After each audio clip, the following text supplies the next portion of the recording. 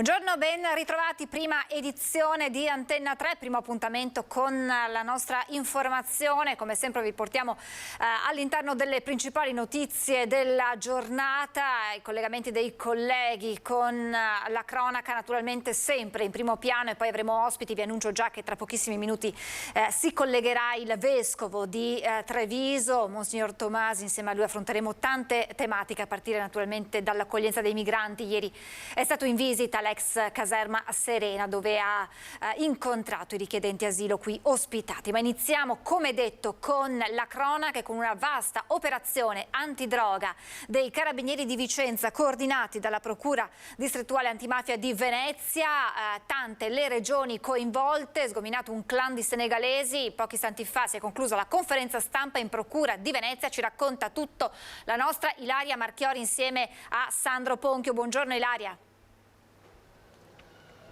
Buongiorno Francesca, buongiorno ai nostri telespettatori. Si è conclusa da pochissimo la conferenza qui in Procura a Venezia con il procuratore Bruno Cherchi, proprio per illustrare questa vasta operazione compiuta dai carabinieri di Vicenza e che coinvolge non solo la nostra regione ma anche Lombardia, Toscana, Umbria, Emilia, Romagna, ed è stato emesso proprio nei confronti di 22 nigeriani indagati per associazione finalizzata al traffico di stupefacenti un'ordinanza di custodia cautelare. Un'indagine che ha consentito dunque di smantellare la principale organizzazione criminale presente a Vicenza. Il procuratore ha voluto anche sottolineare come questa sia la prima grossa operazione in tal senso che coinvolge la provincia di Vicenza. Anche per questo il motivo di aver convocato questa conferenza, secondo quanto concesso, ha voluto sottolineare dall'inizio della legge Cartabia, e anche perché si tratta di una notizia di pubblico interesse, pubblica utilità.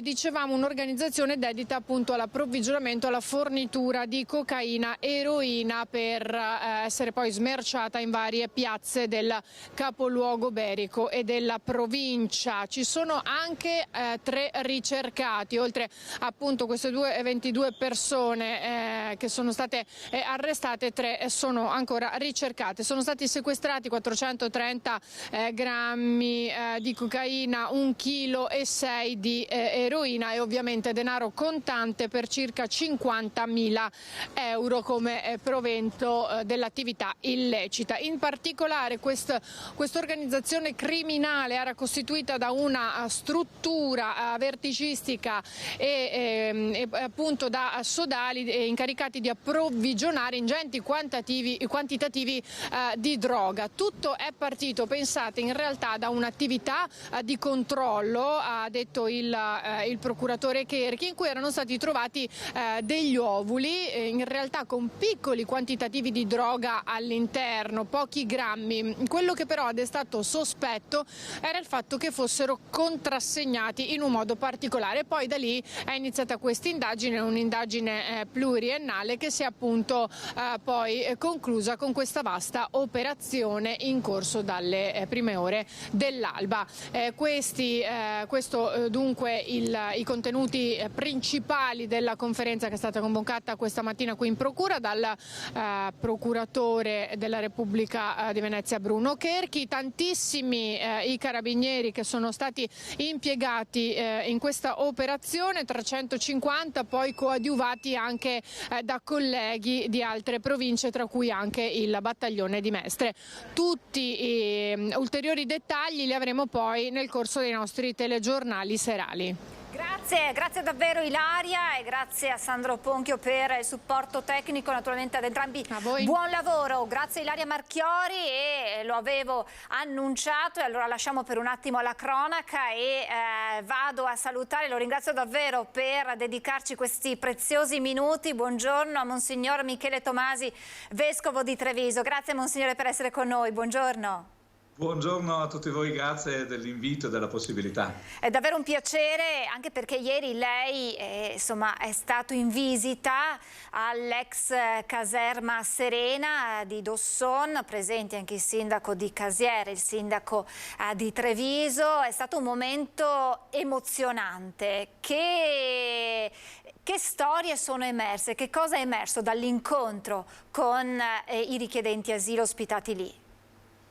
È stato davvero un momento importante, emotivamente significativo per me e penso anche per tutti gli ospiti, per tutte le persone presenti. È stato un momento di incontro con persone, devo dire proprio la dimensione della fraternità, fratelli e sorelle che vengono accolti dalla nostra terra perché il movimento dei popoli c'è, queste persone si muovono, sono arrivate da noi e vengono accolte con dignità e con rispetto. Ho visto un po' la struttura, sono stato accompagnato dai responsabili e penso che il momento più emozionante è stato quello dell'incontro con le giovani mamme, tante donne con bambini piccoli o con bambini ancora nel grembo, che alla fine del momento di preghiera che ho condiviso con l'imam presente nella struttura e con tutti i fratelli e le sorelle cristiani presenti tra gli immigrati, alla fine di questo momento di preghiera sono venute per chiedere la benedizione per sé, per i bambini, per i nascituri. È stato un momento dove ho sentito quasi fisicamente che la vita, l'umanità hanno delle esigenze primarie e sono molto contento e davvero anche fiero che ci siano tante persone tra operatori e volontari che si mettono a disposizione per vivere concretamente questa umanità. E in queste settimane c'è un acceso dibattito intorno all'accoglienza dei migranti. Lei ha detto che è stato un incontro tra persone. Spesso si dimentica che dietro a questi flussi migratori ci sono delle storie, ci sono delle persone, ci sono delle sofferenze, secondo lei? Sì, ci sono sicuramente dei drammi umani che basta avere anche un momento rapido di incontro, parlando velocemente, anche solo guardando negli occhi le persone che si coglie. Sicuramente è una questione che riguarda tante dimensioni e tutti debbono collaborare, tutti noi dobbiamo collaborare e fare la nostra parte, ma non dobbiamo mai pensare ad altre persone, che siano gli immigrati, che siano anche persone della nostra comunità, non mai pensare a delle persone come dei problemi. Al massimo sono persone che portano questioni grandi, anche problemi, ma sono persone e nella buona volontà, nel rispetto di tutti e davvero tutti insieme, per quello che si può e per quello che si sa, si riescono ad affrontare le questioni. Siamo un popolo generoso, abbiamo bisogno di persone che lavorino con noi. Guadagniamo tutti se nel rispetto e nella costruzione anche di reti di relazioni riusciamo a essere accoglienti. Il conflitto non aiuta mai. Lei ha lanciato proprio un appello a tutti i soggetti coinvolti, le associazioni, i cittadini, ma anche un appello alla Chiesa perché tutti facciano la propria parte in questa missione d'accoglienza.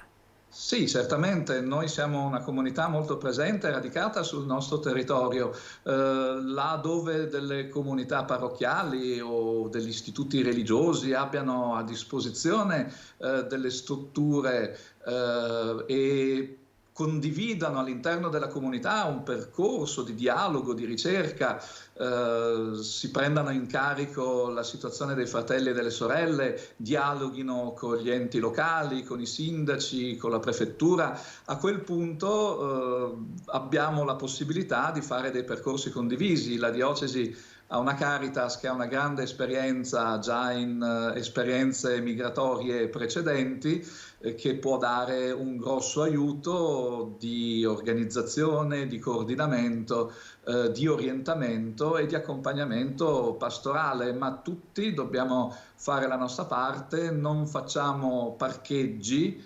non risolviamo situazioni nascondendo dagli occhi, ma creiamo insieme dei percorsi di accoglienza, di integrazione. Significa permettere poi alle persone di imparare la lingua, di acquisire le professionalità per un lavoro, di darsi da fare, di trovare casa e di poter costruire relazioni.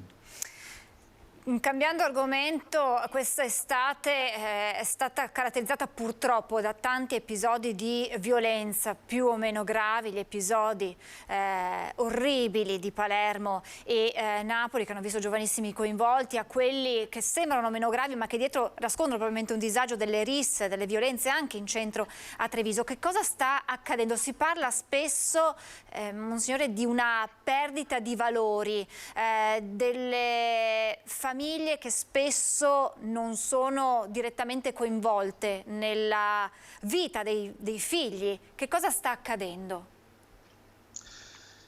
Sì, è difficile. La cosa che a me colpisce di più è che a livello complessivo della nostra società abbiamo reso possibili dei linguaggi, dei toni, delle parole, degli atteggiamenti di una violenza inaudita, dove sembra possibile qualcosa che sta nell'indicibile addirittura, che ci si possa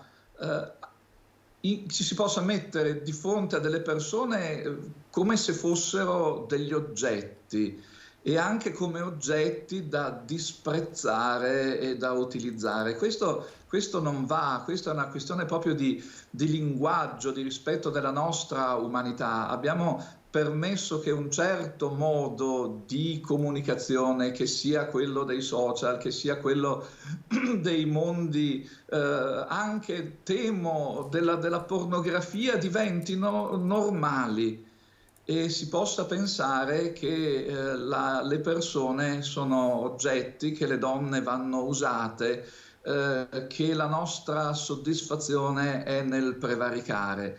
E questo non lo possiamo trasmettere tra di noi adulti, ma è davvero un crimine trasmettere questo alle giovani generazioni che mancano di alcuni filtri e che possono invece guadagnare da relazioni sane, da impegno gli uni per gli altri, da una vita vissuta in pienezza assieme agli altri e mai a costo e a spese degli altri. Perché poi c'è la bella gioventù e quella che abbiamo visto, i sorrisi della giornata mondiale della gioventù. Lei dopo le giornate di Lisbona ha voluto lasciare un messaggio agli organizzatori, a chi ha partecipato, alle parrocchie che hanno accompagnato i ragazzi in questo incontro con Papa Francesco. Questo mi dimostra che i ragazzi, le giovani generazioni, certo siamo tutti persone quindi diversi tra di loro, ma nella loro stragrande maggioranza hanno bisogno di adulti significativi. Vedere questo 1,5 milioni di giovani da tutto il mondo che si sono lasciati toccare dalle parole semplici e dirette del Papa. E non perché fossero ragazzi speciali, nel senso con più fede o con più impegno, ma perché erano dei giovani che hanno trovato una persona autentica, un uomo che ha saputo dire loro la vicinanza e l'impegno in maniera credibile, senza fare sconti, ma senza indulgere a facili populismi. E con lui tante persone, io ho visto, eravamo in circa 1300 del pellegrinaggio diocesano, un gran bel numero, e coi 40 sacerdoti circa della nostra diocesi, come anche loro sono stati accanto ai giovani. Ai giovani si sta accanto, li si ascolta, si cerca di capire quello che per loro è importante, si lascia loro spazi e si dà soprattutto un esempio che la vita insieme vale la pena e che si può vivere insieme facendo fatica, ma vivendo anche la gioia. Un'ultima domanda doverosa, visto che il Veneto e la Marca Trevigiana si apprestano a vivere delle giornate storiche, perché dal 6 al 15 ottobre ci sarà la peregrinazio di San Pio X, le spoglie di Papa Sardo dalla Basilica di San Pietro a Roma torneranno nel suo Veneto, nella sua Marca Trevigiana. Sì. È un momento secondo me importante perché guardando a questa figura così significativa anche per la storia della nostra diocesi, oltre che per la Chiesa intera, ci fa riscoprire quel suo impegno e quel suo desiderio grande di pastore. L'unico Papa da secoli che avesse fatto la carriera del cappellano e del parroco, di una vicinanza alle persone, di un'attenzione per esempio alle condizioni di vita delle popolazioni amazzoniche, facendo forse la traduzione del linguaggio dai primi Novecento al XXI secolo. Troviamo dei temi in maniera impressionantemente simili a quelli di Papa Francesco nei suoi documenti sull'Amazzonia. L'attenzione ai ragazzi, ai giovani, all'educazione, a una vita cristiana partecipata, ad una vita sociale di impegno e di donazione. Ecco, questi sono alcuni temi che il Papa Pio X ci aiuterà a rivivere nella sua memoria, che però è una proiezione per il futuro, per una Chiesa che vuole annunciare oggi il Vangelo in questo nostro tempo. Grazie di cuore per averci dedicato questi preziosi minuti. Grazie a Monsignor Michele Tomasi, Vescovo di Treviso, e speriamo di poterla avere nuovamente nostro ospite insieme a noi per commentare le tante notizie che toccano tutti noi da vicino. Grazie davvero. Molte grazie a voi e buon lavoro e buon ascolto a tutti. Grazie, anche a lei buona giornata.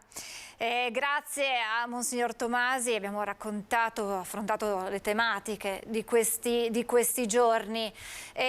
Torniamo alla cronaca, alla vicenda degli autovelox di Cadoneghe, perché sono 2 gli avvisi di garanzia notificati nell'ambito di un'indagine aperta dalla Procura di Padova. Ma ci colleghiamo in diretta con Chiara Gaiani insieme a Cristian Roque Allende, che si trovano proprio a Cadoneghe con alcuni cittadini multati. Buongiorno Chiara.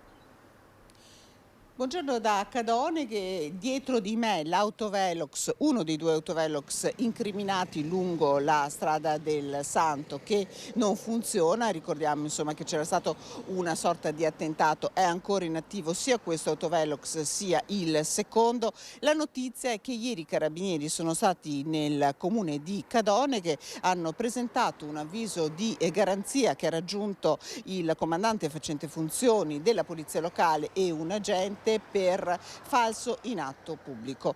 I dubbi su cui cerca di far chiarezza la procura, che ha inviato appunto i carabinieri in municipio, sono quelli legati alla messa in funzione dei 2 autovelox posizionati lungo la strada del Santo, che, lo ricordiamo, hanno fatto circa 40.000 multe in poco più di un mese di funzionamento. Con me, li ringrazio per essere con me, alcuni dei multati, un numero incredibile, 24.000 persone che sono state multate un numero di volte davvero importante. Ricordiamo che loro sono stati anche davanti alla prefettura di Padova proprio per portare all'attenzione delle massime autorità della città la difficoltà di questo momento. Allora partiamo da Andrea Rossi, che è diventato quasi una sorta di portavoce. Questa notizia come l'avete accolta? Beh, è una notizia molto importante. Diamo il valore che deve avere. È chiaro che non c'è colpevolezza fino a che non è dimostrato in qualche modo da una sentenza di un giudice, ma sicuramente apre la strada ad una trasparenza e ad una, come si può dire, ad un percorso che deve in ogni caso portare alla illegittimità dei procedimenti che hanno portato all'installazione degli autovelox, e quindi di conseguenza, come abbiamo sempre richiesto e chiesto alle autorità, al sindaco di Cadoneghe in particolare, all'annullamento per conseguenza di tutte le sanzioni che sono state elevate. La strada, diciamo, del procedimento penale farà un suo percorso. Adesso chiediamo velocità nel chiudere questa partita, perché le persone vogliono tornare a dormire sonni tranquilli. Ecco, è proprio questo. Tra l'altro la signora Maristella ci raccontava proprio poco fa che lei è stata una delle prime multate. Sì, la multa sì, l'ho presa il 23 giugno, il primo giorno di attivazione. Purtroppo mi è stata notificata verso fine luglio. Per fortuna, diciamo, ci sono state le ferie, c'è stata una grandinata che oltretutto è andata ad aggravare nella mia economia domestica. che mi ha fermato la macchina, quindi io non ho più percorso questa strada. Però un mese e mezzo di attesa per la notifica di una multa, penso che nel frattempo molte persone sono state ne abbiano ricevuto un numero enorme, perché ricordiamo questa è una strada davvero molto trafficata, una strada di passaggio. La maggior parte dei multati, alcune multe le hanno pagate anche lei, signor Angelo? Sì, io ne ho avute due. La prima è un giorno che non potrò mai dimenticare, è stato il 28 di luglio, proprio in quel momento lì che è deceduta mia moglie, il postino mi ha suonato e mi ha consegnato la prima multa perché avevo superato il limite di ben 2 chilometri, dico 2 chilometri orari. L'ho pagata immediatamente perché ero affranto dal dolore e non ho voluto neanche guardarla. Dopo 3 giorni, il 2 di agosto, me ne arriva un'altra di 138 o 186 con 3 punti di decurtazione perché ho superato di 12 il limite di velocità.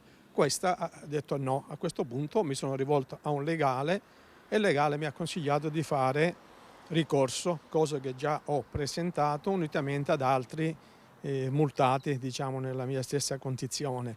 Ora, io cosa devo dire? Devo dire questo, dispiace sempre per l'avviso di garanzia, perché io dico sempre bene lo auguro a tutti e male a nessuno.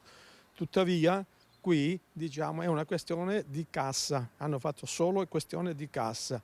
Bene, le leggi e i regolamenti vanno rispettati, quindi io dico questo, che chi li emane deve essere prima a rispettarli e poi anche i cittadini dobbiamo rispettarli. In questo caso ho notato fino adesso che anche loro non li hanno rispettati perché questi autovelox non sono in norma, non sono nella norma. Questo ovviamente lo stabiliranno, lo decideranno le autorità che stanno indagando. I multati credo siano proprio felici di questo, che c'è stato un segnale, la vostra voce è stata raccolta. Ci sono delle indagini per correttezza di informazione, diciamo che abbiamo cercato di contattare anche il sindaco di Cadoneghe, Marco Schiesaro, ci ha detto c'è un'indagine in corso, in questo momento aspetto gli esiti, c'è massima collaborazione da parte del comune con l'autorità giudiziaria e con i carabinieri. Allora abbiamo raccolto le voci dei multati, noi continueremo a seguirvi, a cercare di capire come andrà questa vicenda. Vi ringrazio per la vostra disponibilità, ringrazio anche della collaborazione tecnica il collega Cristian Roque Allende e da Cadoneghe restituisco la linea allo studio. Grazie Chiara e grazie naturalmente anche a questi cittadini. Continuiamo con la cronaca, restiamo a Padova con l'incendio di un'auto ieri pomeriggio. Salva la famiglia che era a bordo. Sono stati attimi di terrore in via Marco Polo vicino a Piazzale Santa Croce, a Padova, quando ieri una BMW 320 ha preso fuoco. A bordo una giovane coppia con una bimba di appena 11 mesi. La famiglia è riuscita ad uscire in tempo dalla vettura e a mettersi in salvo. Sul posto, per spegnere l'incendio, i vigili del fuoco che hanno utilizzato anche il liquido schiumogeno. Le cause dell'incendio sono al vaglio degli investigatori. Sul posto intervenuti anche gli agenti della Polizia Locale e della Polizia di Stato. Torniamo alla notizia d'apertura, questa maxi operazione antidroga dei carabinieri di Vicenza coordinati dalla direzione distrettuale antimafia di Venezia. Pochi istanti fa abbiamo sentito Ilaria Marchiori dopo la conferenza stampa in procura a Venezia e allora sentiamo le parole del capo della procura di Venezia, Bruno Kerchi.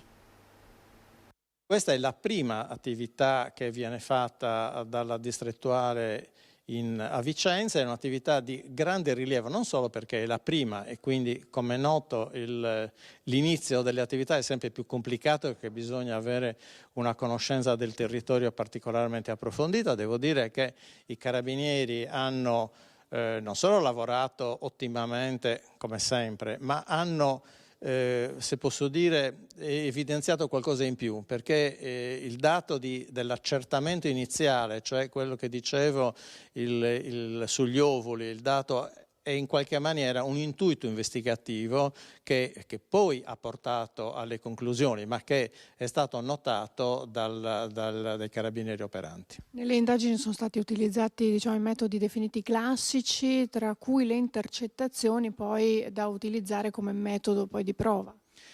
Sì, questa è un'attività che la distrettuale ha sempre fatto, e cioè evitare la cosiddetta droga parlata nei processi. L'utilizzo dell'intercettazione è assolutamente necessario, ma è necessario per poter poi arrivare al riscontro sul campo, e cioè l'osservazione di quello che è stato accertato mediante intercettazione e il seguire le persone e arrivare concretamente poi ad accertare se i soggetti avevano la sostanza stupefacente. Voi sapete che per telefono comunque si parla per parole non dirette, e quindi talvolta è poi necessario provare che quando si parla, nel caso concreto si parlava di pantaloni e pantaloncini in relazione al quantitativo di sostanza stupefacente. Allora certo noi possiamo presumere che si parli di droga, ma l'attività accertativa in concreto deve essere fatta, ed è stata fatta, ripeto, con una lunga attività e anche, come dire, come impiego di personale e di mezzi molto rilevante, con l'osservazione e il seguire i soggetti. Una tragedia in montagna, l'ennesima di questa estate, è accaduta intorno alle 10:20 di questa mattina. Un alpinista australiano è morto precipitando dal canalino del Prete, località Ra Valles a Cortina. Sul posto l'elicottero Falco 1. Le operazioni sono ancora in corso e c'è un incidente, anzi 2 incidenti sull'autostrada A4 e sull'autostrada A23 che stanno provocando code a tratti rispettivamente tra Palmanova e San Giorgio di Nogaro in direzione Venezia e tra Udine Sud e Nodo di Palmanova. Si tratta di un incidente non grave che ha coinvolto un autoarticolato, una cisterna vuota e un mezzo leggero. Incastrata dagli slip dimenticati nella casa del furto, una ladra è stata individuata dopo 6 anni. Aveva svaligiato sicuramente con almeno un complice un appartamento all'Arcella. La ladra, identificata dalla Procura di Padova per un passo falso a 6 anni di distanza dal fatto. In casa i malviventi non si erano accontentati di arraffare soldi e un PC, avevano anche mangiato e si erano persino cambiati d'abito. Nel fare questo la ladra, una donna bulgara di 30 anni ben nota alle forze dell'ordine, ha dimenticato gli slip che, recuperati dai carabinieri, sono stati esaminati dalla RIS di Parma, che grazie al DNA ha dato un nome e un volto a uno dei malviventi. Appena uscita dal carcere, la donna è quindi nuovamente ricercata. A Vicenza è guerra politica attorno alla riqualificazione dell'ex tribunale oggi abbandonato. Il centrodestra chiede all'amministrazione di Giacomo Possamai di non bloccare il progetto già avviato, che prevede di portare la biblioteca bertoliana all'ex tribunale. Stasera sulla questione si riunisce la Commissione Cultura. Allora ci colleghiamo in diretta con Carlo Alberto Inghilleri in compagnia di Simona Siotto, ex assessore alla cultura di Vicenza. Buongiorno Carlo e buongiorno alla tua ospite. Buongiorno a tutti i telespettatori dall'ex Tribunale di Vicenza, dove mi trovo in compagnia dell'ex assessore alla cultura Simona Siotto, oggi consigliere comunale di centrodestra nella lista Rucco Sindaco. Il tema è una vera e propria battaglia politica, l'avete fatta esplodere perché il motivo del contendere è l'ex tribunale, un progetto di riqualifica urbana che prevede di portare qui il polo bibliotecario, cioè questo è l'ex tribunale, oggi è relegato a palazzo semi-abbandonato, viene utilizzato come archivio dei faldoni dell'attuale tribunale, quello funzionante di Borgo Berga, ma in realtà è un è uno dei buchi neri della città, lo possiamo definire così. Per questo l'ex amministrazione di centrodestra aveva lavorato quasi 5 anni per reperire fondi, per portare avanti un progetto di riqualifica che permettesse di portare qui i giovani, gli studenti, per ridare vita a questo luogo. Ebbene, siamo proprio in centro storico, lo ricordo, un buco nero in centro storico non sta bene. Il tema stasera approda in Commissione Cultura perché il centrodestra si domanda, lo chiedo io e lo chiedo anche a lei, ma l'attuale sindaco Giacomo Possamai vorrà portare avanti questo progetto? Tutto sintetizzato perfettamente, è stata una grande battaglia per noi, non solo per reperire fondi negli scorsi 5 anni, ma anche proprio per dare vita a un progetto di una biblioteca moderna, come merita Vicenza e come meritano i giovani di Vicenza, che abbia spazi anche multimediali, che sia luogo di incontro, che sia luogo di crescita, in un punto tra l'altro della città che è fondamentale perché c'è vicino il Museo Naturalistico Archeologico, Palazzo Montanari, a pochi metri il Teatro Olimpico. Noi qui sogniamo una vera e propria cittadella della cultura, quindi è una battaglia urbanistica ma anche culturale per la città. Noi vogliamo risposte, abbiamo la sensazione che il sindaco in realtà, l'attuale sindaco forse voglia qualcos'altro, ma noi battaglieremo perché la nuova biblioteca bertoliana rimanga qua. Anche perché è un progetto che ha portato avanti il centrodestra negli ultimi anni con delle spese, con degli investimenti, reperendo fondi. Altri fondi sono da reperire. Avevamo anche fatto proprio delle manovre di bilancio per destinare già dei fondi delle precedenti, diciamo, manovre finanziarie a questo progetto. 5 milioni circa erano già accantonati, una delibera che poi prevedeva di accantonare 2 milioni per anno e quindi insomma c'era stato un lavoro veramente importante per mettere a disposizione dei fondi per un progetto che per noi era fondamentale e centrale per la città. Qui non può che esserci la nuova biblioteca bertoliana. Stasera in Commissione Cultura a Palazzo Trissino sarà battaglia? Assolutamente sì, vogliamo sapere che perplessità hanno, che obiettivi hanno, per quale ragione si stanno guardando altrove, che eventuale progetto alternativo vogliono proporre alla città, ma noi rimaniamo convinti, anche perché ci avevamo studiato tanto, avevamo approfondito anche con lo IUAV, che questo è il luogo adatto anche per la metratura che ha, perché Vicenza ha bisogno di una biblioteca che abbia degli spazi davvero adeguati a quelle che sono le necessità non solo degli studenti universitari ma di tutta la città. Quindi avete sentito, stasera in Commissione Cultura sarà battaglia politica sul progetto di riqualifica dell'ex tribunale. Ringrazio Simona Siotto e direi che da Vicenza per il momento è tutto. Avete capito, ci saranno altri capitoli di questa vicenda. Restituisco la linea allo studio. Grazie a Carlo Inghilleri e grazie alla sua ospite Simona Siotto. Noi ci fermiamo per la pubblicità e poi andremo subito da Lucio Zanato che ci racconta degli stati generali dell'ANCI in programma a fine mese. A tra poco. Rieccoci in diretta subito a Treviso con Lucio Zanato e Nicoletta Rizzetto. Lucio che ha incontrato il sindaco Mario Conte, presidente ANCI Veneto, in vista degli stati generali che si terranno a Verona a fine mese, gli stati generali dell'ANCI. E sentiamo che cosa ne è emerso. Buongiorno Lucio. Buongiorno Francesca, buongiorno ai telespettatori di Antenna 3. Allora, conferenza stampa di presentazione, 22 settembre Palazzo della Gran Guardia a Verona, ci saranno gli stati generali dei comuni o comunque dei sindaci dei comuni del Veneto. È un appuntamento che si è rinnovato dopo l'anno scorso a Vicenza, voluto fortemente dal sindaco Mario Conte. Perché? Perché ci sono tanti, diciamo così, tanti temi all'ordine del giorno da portare poi giù a Roma, portare giù al governo e non solo, portare anche a Bruxelles. Ricordiamo che il prossimo anno c'è anche il rinnovo del Parlamento europeo. Allora è giusto contarsi per contare di più, questo più o meno è lo slogan che campeggia sostanzialmente questa tornata, questo appuntamento di fine settembre del 2023. Perché i sindaci hanno in ballo naturalmente i fondi del PNRR e quindi tanti progetti che dovrebbero essere attuati ma non si capisce bene.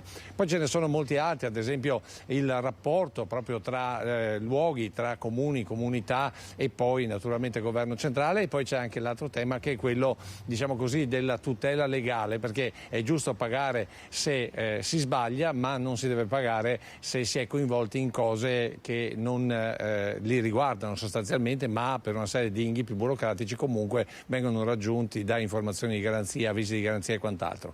Tutto questo ce l'ha anticipato in un'intervista, sentiamola e poi ritorniamo qui. Ogni anno, da quando sono presidente di ANCI Veneto, chiamo a raccolta i sindaci per fare la fotografia del periodo storico che stiamo vivendo, tra opportunità e soprattutto difficoltà, ma non ci limitiamo ad analizzare le difficoltà, cerchiamo di proporre anche delle soluzioni. Quindi ogni anno in questo incontro, che quest'anno faremo a Verona, l'anno scorso a Vicenza, ci raduneremo per discutere e soprattutto per portare sul tavolo del governo delle proposte che arrivano dai sindaci veneti, che da sempre rappresentano un'eccellenza amministrativa nazionale. Ecco, qual è la prima proposta che secondo lei va presentata a nome di tutti i sindaci veneti? Ma in realtà le proposte sono davvero tante. Ridursi a una sola proposta è davvero complicato. Dobbiamo parlare di PNRR, dobbiamo parlare di immigrazione. Noi chiediamo fondamentalmente che ci vengano liberati i fondi, chiediamo attenzione nel patto di stabilità, chiediamo la possibilità di integrare il nostro personale. Ricordo che le nostre comunità hanno una grande attesa nei confronti degli enti pubblici, quindi l'asticella della qualità amministrativa è molto alta e per mantenerla alta dobbiamo avere gli strumenti. E poi continueremo a chiedere che ci vengano tolte delle responsabilità, quelle indirette dei sindaci, perché noi siamo d'accordo che dobbiamo pagare nel momento in cui sbagliamo, è altrettanto vero che non possiamo trovarci indagati per responsabilità che non sono nostre. Dunque questa è la posizione di Mario Conte nella presentazione degli Stati Generali che, ricordo, dalle 9 Palazzo della Gran Guardia, il 22 settembre ci saranno a Verona con tutti i sindaci, per contare di più a Roma e non solo. Attenzione, avete sentito, ha parlato del tema dell'immigrazione. Ieri tra l'altro sta facendo notizia l'idea appunto che sta portando avanti Mario Conte di una sorta di ufficio di collocamento all'interno dell'ex caserma Serena come esempio di matching, cioè di incontro tra domanda e offerta di lavoro, tenendo conto che noi abbiamo una natalità molto bassa e quindi in prospettiva i posti di lavoro dovranno essere sempre più in mano agli immigrati. Il primo sponsor di tutta questa situazione abbiamo incontrato oggi, Giancarlo Gentilini, che ha detto è sicuramente una delle soluzioni, ma attenzione, cercate di fare come abbiamo cercato di fare noi circa 20 anni fa quando c'era stata la prima ondata di immigrazione. È giusto formare e poi naturalmente avviare al lavoro questi immigrati, ma è altrettanto giusto poi dargli una casa, un'abitazione, perché poi possano cominciare a sviluppare una famiglia, una socialità, insomma, che se rimangono in situazioni come la caserma Serena oppure in altre realtà fatiscenti come c'era capitato a noi 20 anni fa, dove gli immigrati di quel tempo dormivano nelle roulottopoli, non si va da nessuna parte perché poi diventa un problema sociale. Questo per dire che qui c'è molto fermento in città, i temi sono davvero tanti. So che poi tu farai vedere anche delle altre immagini, che questa mattina tra l'altro abbiamo un sindaco molto dinamico perché poi ha una serie di appuntamenti infiniti come ogni giorno. 6 domande, Francesca? Grazie Lucio, ti lascio agli altri vostri appuntamenti. Grazie a te, grazie a Nicoletta Rizzetto e buon lavoro naturalmente. Poi questa sera ulteriori approfondimenti che riguardano questo tema e tanti appuntamenti appunto previsti oggi a Treviso.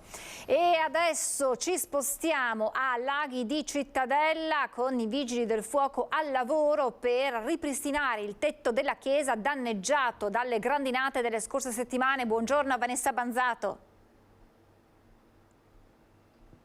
Buongiorno, ci troviamo a Laghi di Cittadella. Siamo proprio davanti alla chiesa della frazione di Cittadella dove, come state vedendo, sono al lavoro i vigili del fuoco e i volontari della protezione civile. Stanno cercando di coprire con dei teli il tetto della chiesa che è andato completamente distrutto dalla grandinata delle scorse settimane, una grandinata potentissima che ha colpito colpito tutta la fascia di San Pietro di Rosà, Tezze sul Brenta, questa parte di Cittadella, mettendo in ginocchio tantissime famiglie, tantissime abitazioni, ma anche tanti comuni. Abbiamo parlato anche con il parroco Don Attilio De Battisti, che appunto ci ha confermato la cifra importante che servirà per rimettere in piedi un po' tutta la chiesa. La chiesa adesso, tra l'altro, dopo la grandinata che ha distrutto il tetto, non avendo una guaina apposita,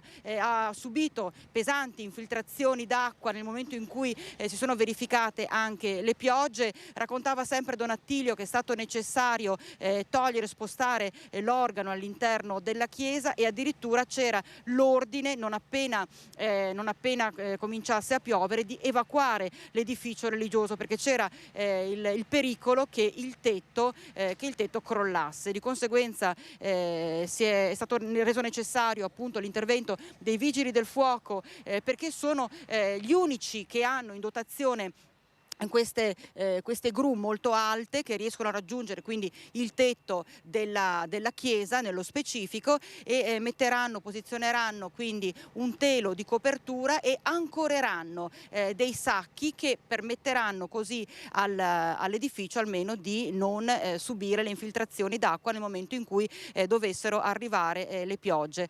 Si parlava di cifre, Don Attilio parlava di una cosa come 160.000 euro, perché non soltanto c'è la copertura della chiesa da risistemare, ma la potente grandinata ha colpito, ha rovinato, mandato in frantumi anche le vetrate a nord della chiesa, quindi ci sarà anche da risistemare, da rifare tutto quanto quello che è il comparto delle vetrate della chiesa, e anche in questo caso saranno cifre importanti. Di conseguenza un'intera comunità, anche in questo caso, che è stata letteralmente messa in ginocchio dal maltempo delle scorse settimane. E ricordo l'intervento che si dovrà fare a Tezze sul Brenta. Hanno dato le cifre, le abbiamo riportate anche noi nei nostri telegiornali. Tezze sul Brenta si parla addirittura di una cosa come 72 milioni di euro che serviranno per ripristinare i tetti di tutte le abitazioni colpite dalla terribile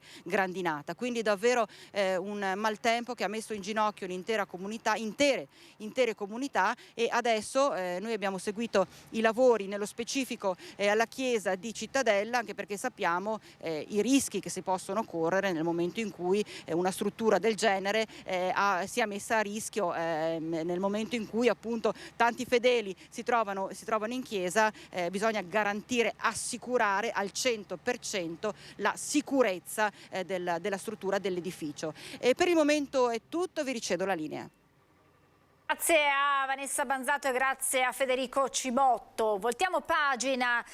Il 13 settembre suona la prima campanella per gli studenti veneti, mentre i più piccoli di nidi e materne in questi giorni stanno tornando in classe o stanno per la prima volta affrontando la scuola. Con i problemi vecchi e nuovi, su tutti pesa naturalmente la denatalità. Buongiorno a Stefano Cecchin, presidente FISM Veneto, ben ritrovato. Buongiorno a tutti voi, grazie per l'invito. Allora, noi ci ritroviamo puntualmente ad ogni inizio anno scolastico per fare un po' il punto, e con il passare degli anni, naturalmente avevamo affrontato l'epoca pandemia, avevamo affrontato il post pandemia, ma devo dire che con il passare degli anni i problemi cambiano e aumentano. Innanzitutto, Presidente, le chiedo se ci sono dei dati aggiornati proprio a fronte della denatalità su classi o scuole che addirittura non sono partite in Veneto perché mancano i bambini. Sì, diciamo che l'anno scolastico con i più piccoli è iniziato già lunedì. In alcune parti del Veneto l'anno scolastico non è mai finito, in realtà è finito, ma ovviamente essendo alcuni territori, parlo ad esempio del litorale oppure le località turistiche legate al lavoro di entrambi i genitori, era necessario ovviamente, e quindi come ogni anno facciamo anche un dritto rispetto a luglio ad agosto per dare la possibilità alle famiglie di vedere accolti i bambini e di potersi dedicare appunto al lavoro. E poi il calendario ovviamente in questi territori avrà degli andamenti un po' diversi rispetto al resto del Veneto, con delle pause più lunghe durante le festività e altro. Ma diciamo che da lunedì quindi 4 settembre, è ripartito l'anno scolastico. Abbiamo accolto circa 80.000 bambini, va bene, tra scuola infanzia, asili nido, sezioni primavera, quindi 0-6 anni abbiamo accolto circa più di 80.000 bambini. Il problema, diciamo il dato rilevato rispetto all'anno scorso, rispetto all'anno scolastico scorso, è stato che abbiamo circa 3.000 bambini in meno all'interno soprattutto delle scuole dell'infanzia paritarie. Questo perché? Perché come accennava lei appunto all'ingresso, in entrata del servizio, la denatalità in Veneto si fa sentire, quindi il primo, diciamo, la prima evidenza di questo la riscontriamo da un punto di vista scolastico nelle scuole dell'infanzia, per poi andare poi a valle verso la scuola primaria, quindi elementari, e poi secondarie inferiori e medie e via andare. Diciamo però che il calo demografico ci ha toccato e come 3.000 bambini in meno, che non sono pochi. Diciamo che rispetto all'anno scorso abbiamo 10 scuole in meno che hanno chiuso al 30 di giugno dell'anno scorso con il precedente anno, al 30 di giugno, scusatemi, 2023, sull'anno scolastico 2022-23, quindi non hanno riaperto a settembre una decina di scuole, e questo è un andamento, diciamo, ormai ciclico. Da una decina d'anni noi perdiamo circa in Veneto una decina di scuole, va bene? Quindi l'andamento demografico è presto detto. In Veneto nel 2008 avevamo circa 50.000 nuovi nati l'anno, 2008, va bene? Nel 2022, quindi 14 anni dopo, abbiamo circa 30.000 nati, quindi abbiamo perso in 14 anni di fatto 20.000 nati l'anno. 20.000 nati l'anno sono una cifra importante. Negli ultimi anni questo calo si è un po' ridotto, ma siamo nell'ordine del circa 4% l'anno, va bene? Perché i dati 2022, che sono i più aggiornati, anno 2022 rispetto al 2021, abbiamo un meno 3,6, circa un meno 4%, va bene? Ci sono stati 2 anni orribili ovviamente, quindi parte del 2020 e parte del 2021, legati ovviamente all'epidemia, alla pandemia Covid. Le famiglie sicuramente, i giovani genitori, le giovani famiglie anzi, ci hanno pensato parecchio prima di mettere in cantiere un figlio, per non dire non l'hanno proprio messo in cantiere. Quindi in quegli anni la flessione, quindi 20 e appunto 21, abbiamo avuto una flessione anche nell'ordine del 5-7%, in alcuni territori 7% e oltre, va bene? Diciamo che c'è un tema che arriva a valle nelle scuole di ogni ordine e grado, quindi le prime a essere impattate, le prime a doversi confrontare con questa tematica, con questa problematica, che è quella della denatalità, sono appunto quelle dell'infanzia, che siano paritarie o statali. Ricordiamo che insomma solo l'infanzia paritaria accoglie in Veneto 2 bambini su 3, età 3-6 anni, quindi un terzo va nelle scuole dell'infanzia statali, 2/3 qui in Veneto vanno nelle scuole dell'infanzia paritarie. Quindi è un sistema, diciamo, integrato, legato al privato sociale come gestione, e una gestione statale, ma il servizio è pubblico per entrambi, quindi siamo inseriti assolutamente nel sistema pubblico di istruzione.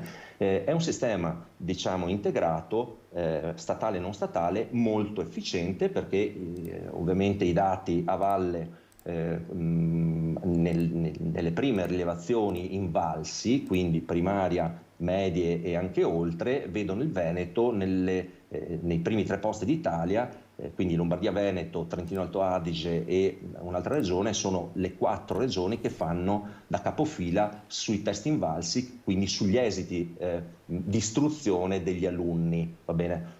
Quindi su base nazionale sono dati molto alti. Significa che il sistema funziona bene. Il sistema però ha ovviamente delle criticità che sono in primis la denatalità, per quanto riguarda il sistema paritario, la denatalità, e ovviamente anche poi un supporto che sicuramente lo Stato, una delle 4 gambe che devono garantire la sostenibilità appunto delle scuole, è appunto lo Stato. L'altra è la Regione del Veneto, poi i comuni e infine la retta pagata ai genitori. Ecco, diciamo che lo Stato da questo punto di vista può giocare su più tavoli, il tavolo della sostenibilità diretta ovviamente alle scuole, come sta facendo, ma deve fare molto di più, e su questo la FISM, quindi la Federazione Italiana delle Scuole Materne del Veneto e italiana, si sta impegnando molto con il governo, con i ministri, per la prossima legge di stabilità, per la prossima finanziaria, per chiedere le risorse che servono per mantenere in vita le scuole e per dare appunto un punto di accoglienza quotidiano ai bambini, dar loro opportunità integrali di crescita, perché di questo ci occupiamo,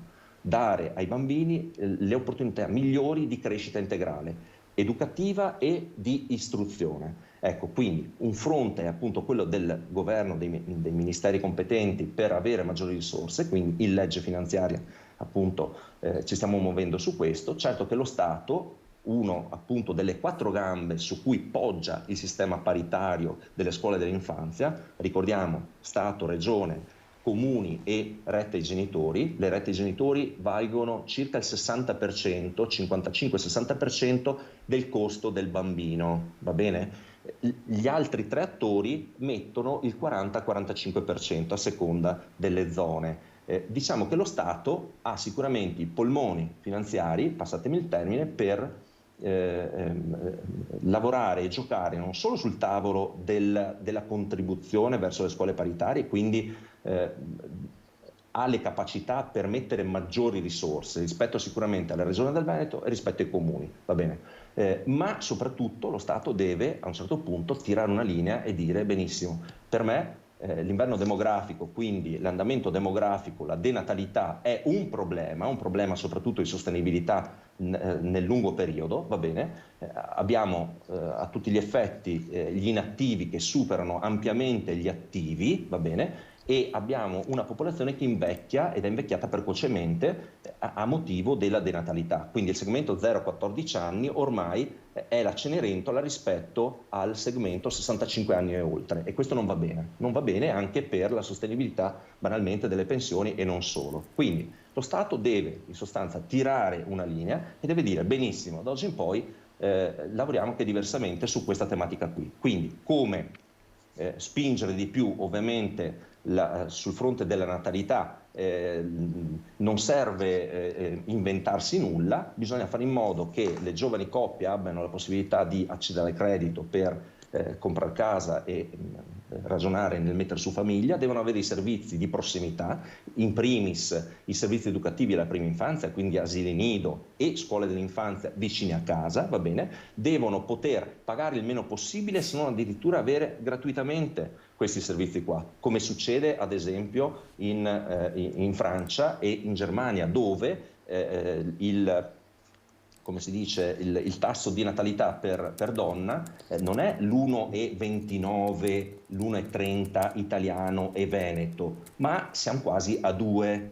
Ecco, quindi già ragionare nell'avere 2 figli per coppia e poter anticipare anche l'età di procreazione, quindi non avere in sostanza le donne che pensano di avere figli intorno ai 33 anni, santo Dio, non va bene. Bisognerebbe appunto anticipare tutto questo e fare in modo che ci siano condizioni di sostenibilità, va bene? Quindi il figlio non può diventare, il progetto di vita legato a un figlio, la generazione di un figlio o di 2 figli, non può diventare motivo di difficoltà o di povertà per una famiglia. In Italia purtroppo è così. Allora, per invertire in sostanza questo andamento demografico, per fare in modo di fermare o comunque cercare di fermare la denatalità, bisogna assolutamente investire appunto sulle giovani coppie, sulle giovani famiglie, sui progetti di vita, metterle nelle stesse condizioni che si trovano in Francia o soprattutto in Germania, appunto, i genitori che intendono fare figli e che intendono ovviamente avere un progetto di vita che preveda appunto la nascita non di 1 ma anche di 2 o di 3 figli. Ecco, Presidente, lei ha messo tanta carne al fuoco, cerchiamo di tirare le fila. Lei ha parlato di 10 scuole che hanno chiuso. Che dato abbiamo negli ultimi anni del totale di scuole che hanno chiuso in Veneto? Guardi, nel 2003, quindi 20 anni fa, le scuole dell'infanzia paritaria in Veneto erano oltre 1300, adesso siamo a 1000, questo è il dato. Adesso perdiamo all'incirca, negli ultimi 10 anni almeno, abbiamo perso minimo 10 con punte di 12-15 scuole l'anno, nel senso che non riaprono, sono minimo 50, 60, 70 posti di lavoro, quasi tutti femminili, che andiamo a perdere. E anche questo è un dato sul quale fare un ragionamento e dire benissimo, ma allora non è semplicemente il calo demografico che porta a chiusura un istituto, perché anche una monosezione, quindi una unica sezione, quindi una scuola d'infanzia che ha una sola sezione, se è in periferia di una grande città o se si trova e ubicata in una frazione, è la vita stessa di quella frazione, è la vita stessa di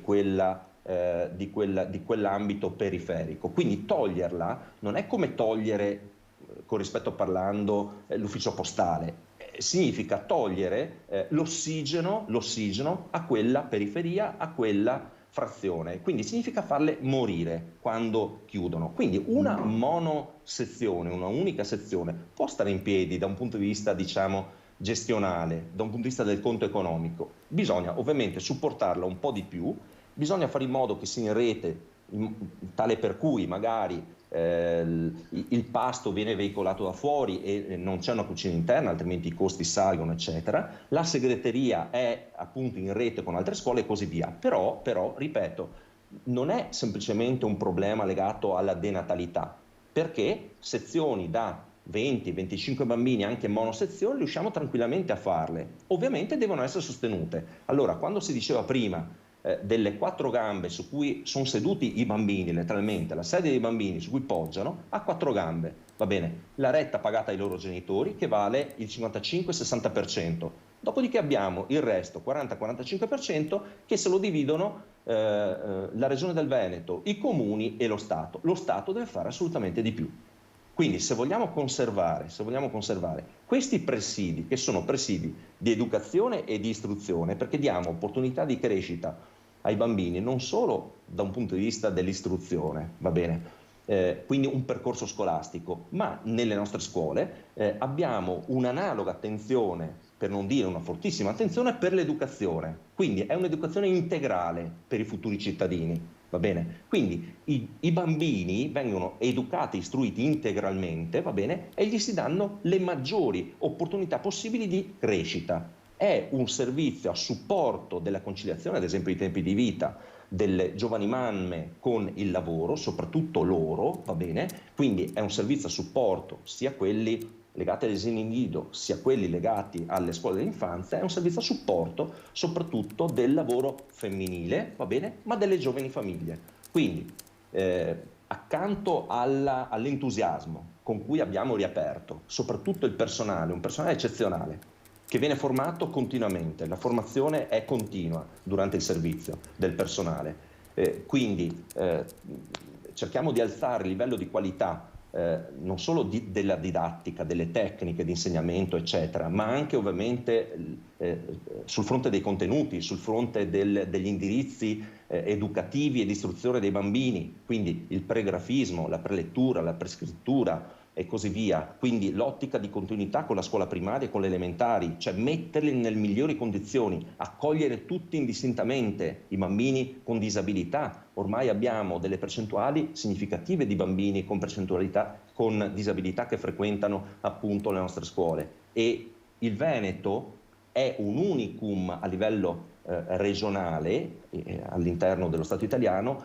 Perché? Perché la Regione del Veneto assieme anche ai comuni, ma soprattutto alla regione, mettere risorse importanti, ad esempio, per le insegnanti di sostegno, quindi sul fronte della disabilità e dell'handicap appunto dei bambini e delle bambine nelle scuole dell'infanzia. Quindi accanto all'entusiasmo con cui il personale eccezionale ha accolto i bambini, va bene, e soprattutto i più piccoli, lunedì, martedì, mercoledì, siamo mercoledì, abbiamo i bambini più piccoli, quelli al primo anno, va bene, che iniziavano e poi da domani probabilmente si andrà a regime con ovviamente le altre età, quindi i bambini al secondo e terzo anno, quelli più grandi, e dal lunedì prossimo si va assolutamente a regime con tutti i servizi, quindi anche anticipo orario alle 7:30 del mattino, posticipo orario fino alle 17:30, 18:30, con i servizi post scuola, perché facciamo anche servizi post scolastici rispetto alla primaria che ha bisogno, quindi bambini che hanno bisogno di attenzione, di essere seguiti da insegnanti eccetera, facciamo e abbiamo attivato anche questo tipo di servizi. Quindi diciamo che da inizio della prossima settimana andremo a regime con tutti questi servizi. Accanto all'entusiasmo di ricominciare un'avventura assieme ai bambini, assieme a loro, accanto all'entusiasmo per mettere in relazione le famiglie, perché quando si aprono le scuole si aprono i cancelli anche alle famiglie e ai genitori.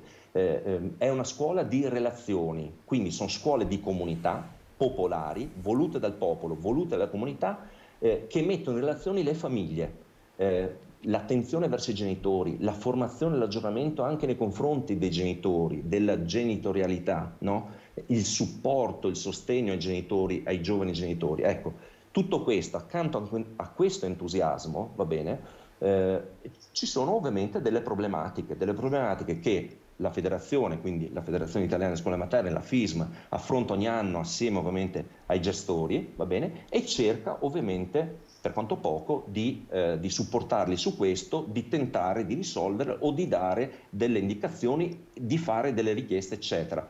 Spesso ci riusciamo, altre volte un po' meno. Ovvio che sul tema della denatalità il lavoro deve essere un lavoro di squadra che riguarda ovviamente l'ambito regionale e che dovrebbe riguardare in primis soprattutto supporti di natura anche economica importante da parte dello Stato italiano. Ecco, a proposito di apporti economici, abbiamo capito quanto le famiglie pesano nella sopravvivenza di queste scuole, un 50%, forse anche qualcosa di più. E quindi la domanda che devo farle viene di conseguenza. Quest'anno, alla luce anche di queste monosezioni che potrebbero sopravvivere, lei l'ha detto chiaramente, sì la denatalità, ma potrebbero sopravvivere se avessero un apporto economico. Laddove non arrivano le istituzioni, devono arrivare le famiglie. Di quanto sono aumentate le rette quest'anno, Presidente? Abbiamo aumentato tra le 20 e le 40 euro mensili, perché il combinato disposto, come si diceva una volta, ahimè, di aumenti di energia elettrica e gas, il tasso inflattivo del 10% che si è consolidato per circa un anno, e abbiamo fatto anche un aumento sacrosanto contrattuale, perché erano circa 4 anni che il contratto era di fatto non era stato rinnovato, va bene, e l'abbiamo rinnovato al quinto. Ecco, questi 3 elementi hanno fatto comunque alzare le rette, o già l'anno scorso oppure qui a inizio anno la forbice è 20-40 euro a seconda delle varie realtà. Su quelle più grandi ovviamente si paga un po' meno, nel senso che si spalmano i costi su più rette, su più bambini, su quelle più piccole un po' di più. Quindi noi abbiamo le rette che vanno, in sostanza la forbice va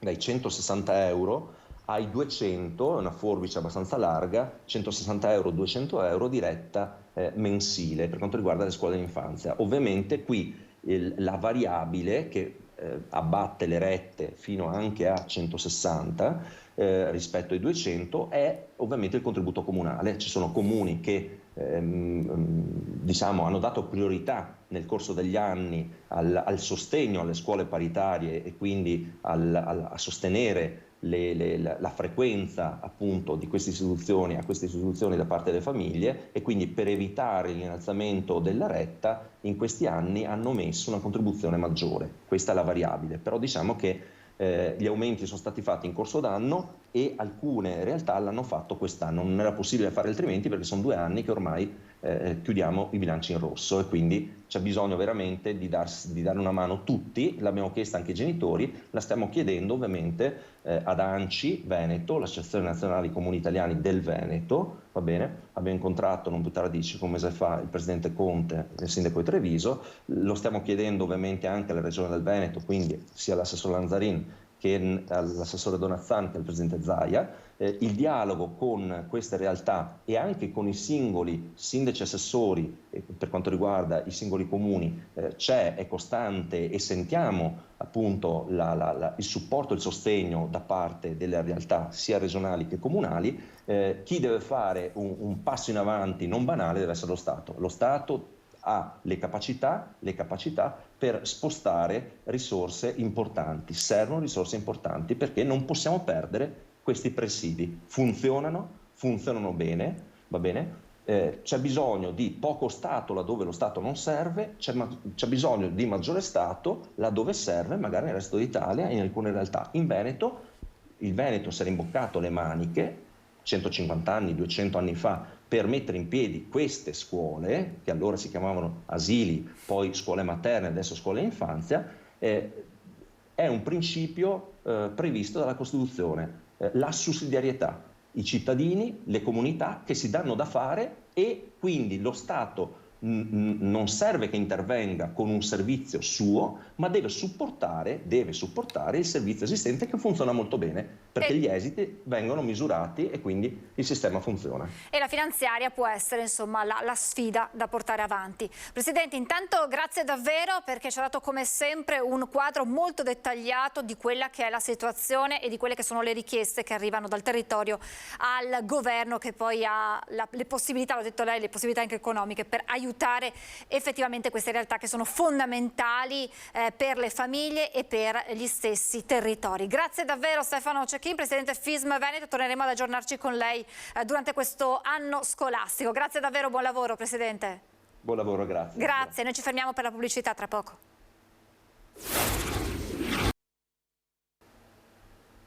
Rieccoci in diretta, non sono più da sola in studio, sono stata raggiunta da Gabriella Deon, Presidente della comunità Sarti Stilisti di Confartigianato Marca Trevigiana. Grazie per essere con noi Presidente, grazie davvero. Grazie.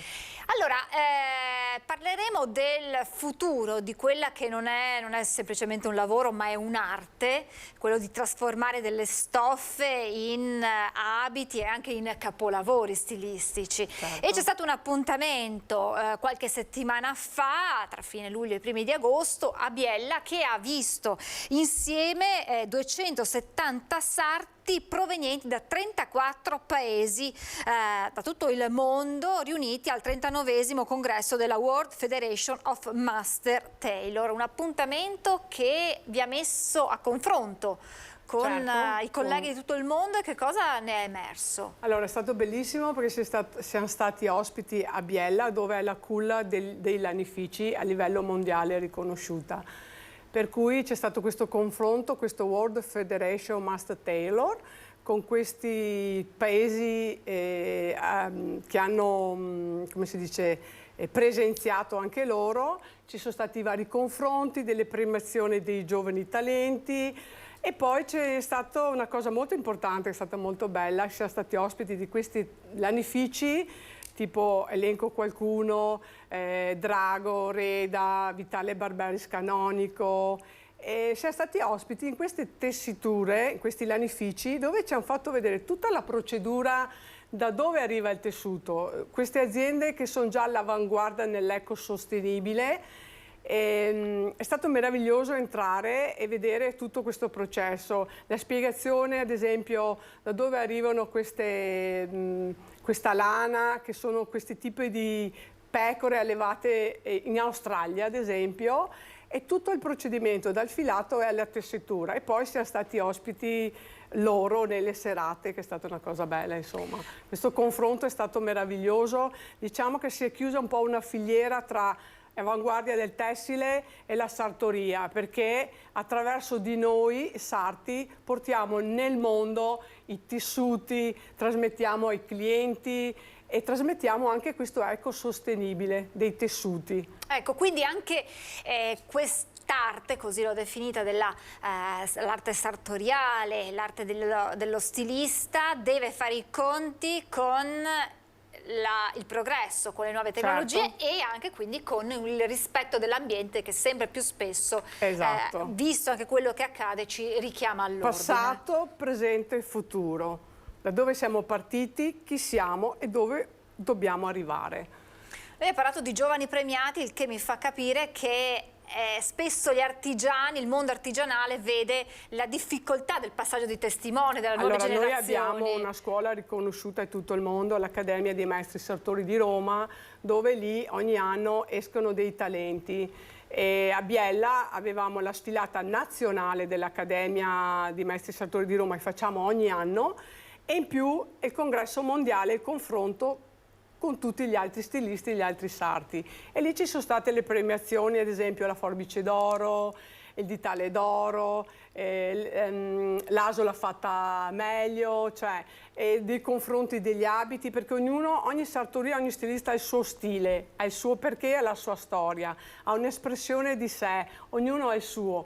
E sono belli anche questi confronti, perché anche dai giovani c'è da imparare, io dico. C'è sempre da imparare da tutti. E quindi questa attività artigianale continua ad essere attrattiva per le nuove generazioni, per i giovani, o c'è fatica? Allora, c'è un po' di fatica e le spiego anche il perché. Perché allora, chi prende un percorso in questi tipi di scuole professionali, dove esci che tu sai fare un capo, hai una preparazione di tutto, è una cosa. Le altre scuole ci sarebbe il suo perché.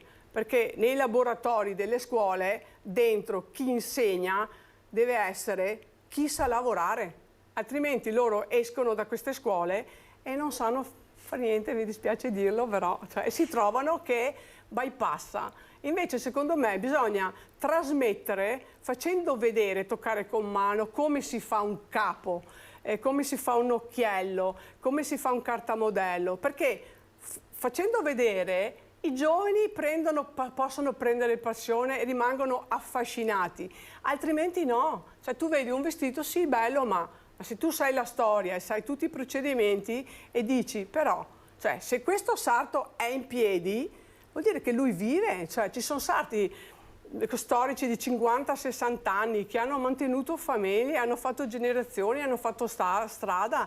È un lavoro che si può fare, però deve essere trasmesso.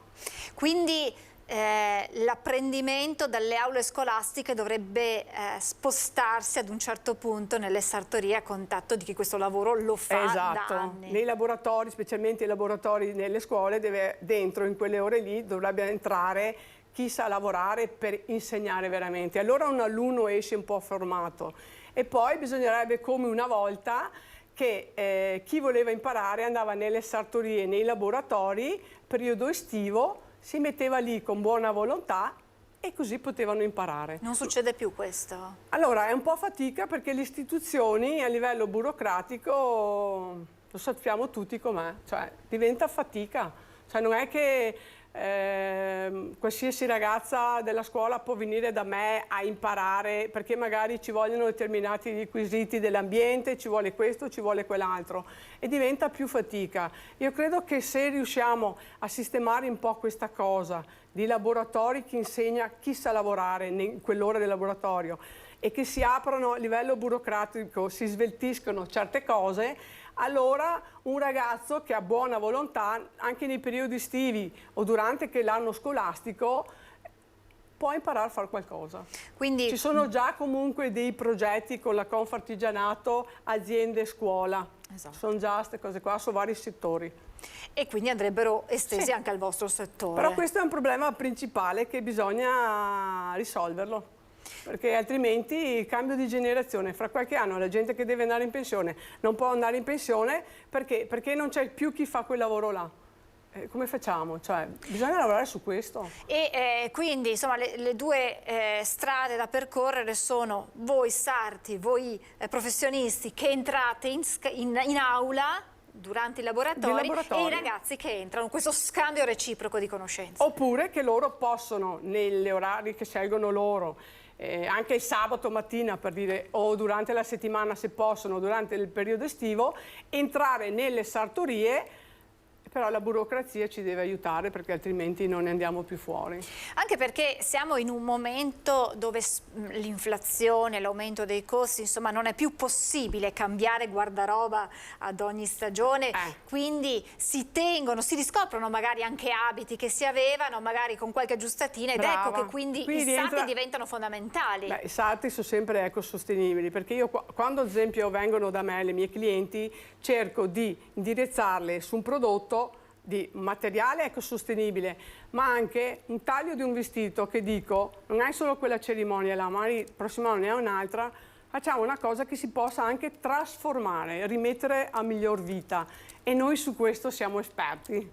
Ecco quindi che va riscoperto sempre più e va aiutato, sostenuto il cliente, ma anche il vostro settore, perché non sia un comparto, un lavoro artigianale che potrebbe scomparire? Sì, bisogna anche educare però le persone, perché anche spiegare il perché un capo sartoriale costa tot, sia per il tessuto innovativo, perché si può riportare miglior vita a un capo nel tempo, e anche le tante ore di lavoro che ci vanno dietro. Cioè, anche perché è un capo unico quello, allora, fatto sartorialmente. Ogni pezzo è unico, esatto, è costruito sulla persona, sulla fisicità, sulle problematiche della persona, è come una seconda pelle, per cui ha un valore anche, diciamo, quasi inestimabile a volte. Quindi qual è il futuro per la vostra attività alla luce di questa difficoltà di passare il testimone?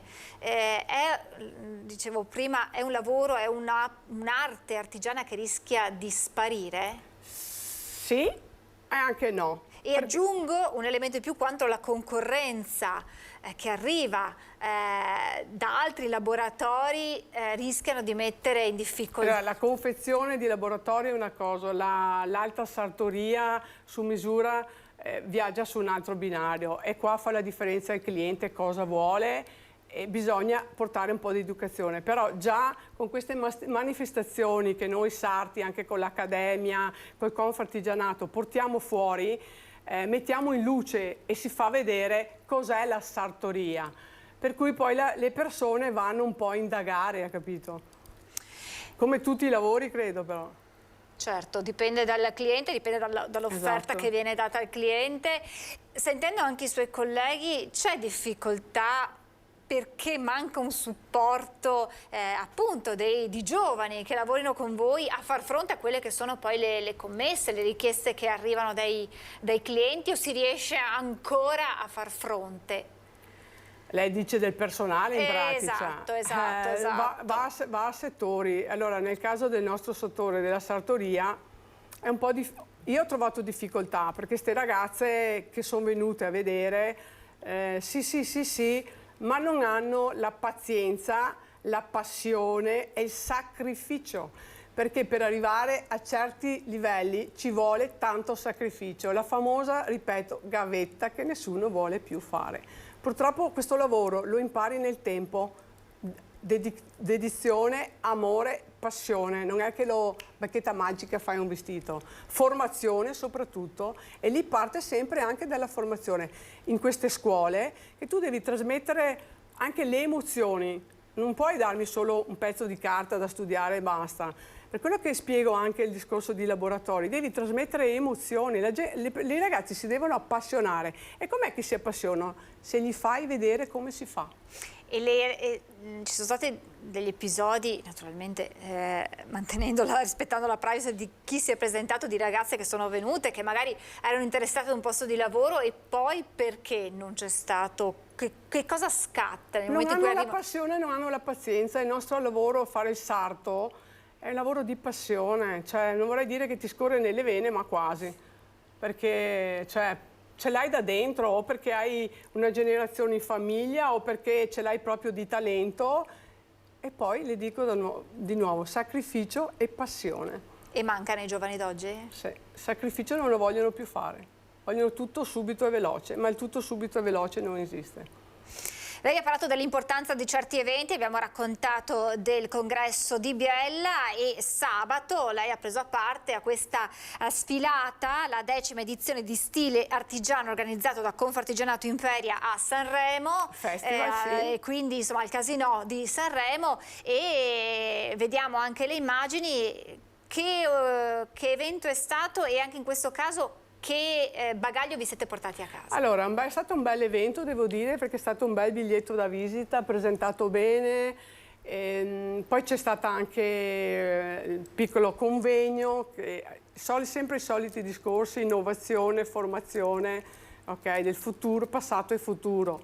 Poi tra l'altro hanno allestito anche una mostra un po' storica dove dentro ci sono degli abiti, delle calzature, gioielli, borse, il famoso jeans che è nato a Genova, tutta una collezione di storia del jeans che è stata bellissima da vedere, e c'è questo passaggio di passato e futuro che va dal 2 settembre al 17 settembre al Casinò di Sanremo, e anche lì il confronto è importantissimo perché ti trovi dietro il backstage. Eravamo 19 aziende italiane, fra cui 6 del Veneto che abbiamo presentato e 2 di Treviso. Semplicemente 2 di Treviso. È stata una bella esperienza, perché poi ti confronti, vedi quello che non va, cosa manca, cosa non manca. Questi, non so se c'è stata l'opportunità in occasione del convegno di Biella di confrontarsi anche su questo tema con i colleghi internazionali. C'era anche l'assessore di Biella, c'era anche il presidente del Confartigianato di Biella, che sono scesi anche loro, perché hanno unito il discorso del congresso mondiale, 2 eventi così vicini, e c'erano anche loro. Ma nel resto del mondo il lavoro sartoriale soffre come soffre qui, o c'è un maggiore apporto, anche supporto magari da parte delle istituzioni per queste realtà, da quello che avete potuto capire voi? Allora, ognuno, ho visto anche a Biella, dice la sua e cerca di far meglio. Tra l'altro da quest'anno abbiamo anche il presidente della World Federation, che è italiano, il nostro presidente Gaetano Aloisio, per cui lui è presidente dell'Accademia di Roma e anche presidente della World Federation a livello mondiale. Cioè ci sono i confronti, poi si dice, ci si confronta, ognuno dice la sua, poi le realtà ognuno le vive sul suo territorio. Però vedo che la sartoria estera è stata molto affluente, per cui vuol dire che c'è ancora quest'arte. Sì. Un'arte che va assolutamente protetta, e insomma vanno accompagnati i ragazzi in questa strada, in questa passione, soprattutto per far crescere le generazioni future. Certo. Presidente, grazie davvero. Grazie davvero a Gabriella Deon, presidente della comunità sarti stilisti di Confartigianato Marca Trevigiana. Noi siamo quasi in chiusura, ma vi ricordo l'appuntamento dopo il grande successo del precedente Open Day che si era celebrato all'aeroporto militare di Istrana in occasione dei 100 anni dell'aeronautica. Torna l'Open Day, l'appuntamento è per questo giovedì, accesso libero a chiunque voglia vedere da vicino i velivoli impiegati ad Istrana. L'appuntamento appunto è per giovedì dalle 10, i visitatori potranno vivere un ricco programma che prevede attività di volo, la mostra statica di velivoli più ricca rispetto appunto alla precedente edizione dell'Open Day del 28 marzo scorso. L'appuntamento dunque lo vedete è per giovedì 7 settembre dalle 10 alle 19, l'ultimo accesso è alle 16 con ingresso libero all'aeroporto al 51esimo stormo di Istrana. Noi ci fermiamo, adesso ci sono le previsioni meteo, poi c'è la pubblicità e poi dopo la pausa estiva torna l'appuntamento del mercoledì con la CGIL. Parleremo di dichiarazione dei redditi 730 ISE e le scadenze per l'autunno alle porte insieme a Sara Franchetto, Monica Giomo e Giuliana Maffei del CAF Veneto, del CAF Veneto della CGIL. Noi ci fermiamo, meteo, pubblicità e poi spazio con la CGIL.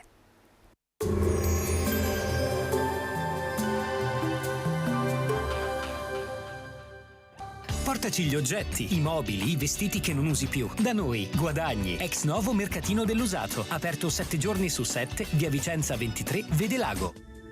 Bentrovati al Meteo.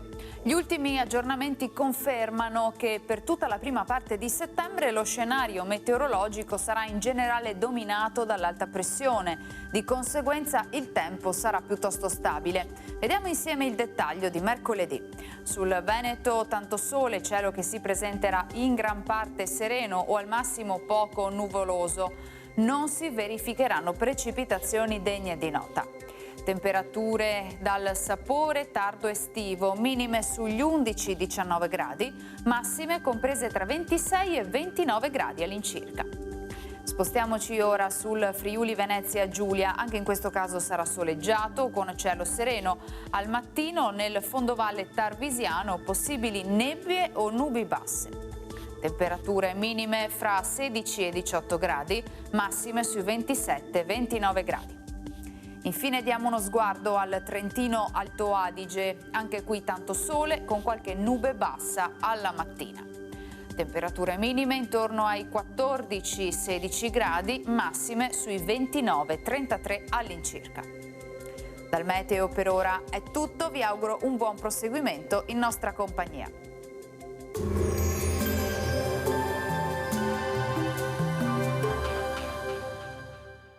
Portaci gli oggetti, i mobili, i vestiti che non usi più. Da noi, guadagni. Ex novo mercatino dell'usato. Aperto 7 giorni su 7, via Vicenza 23, Vedelago.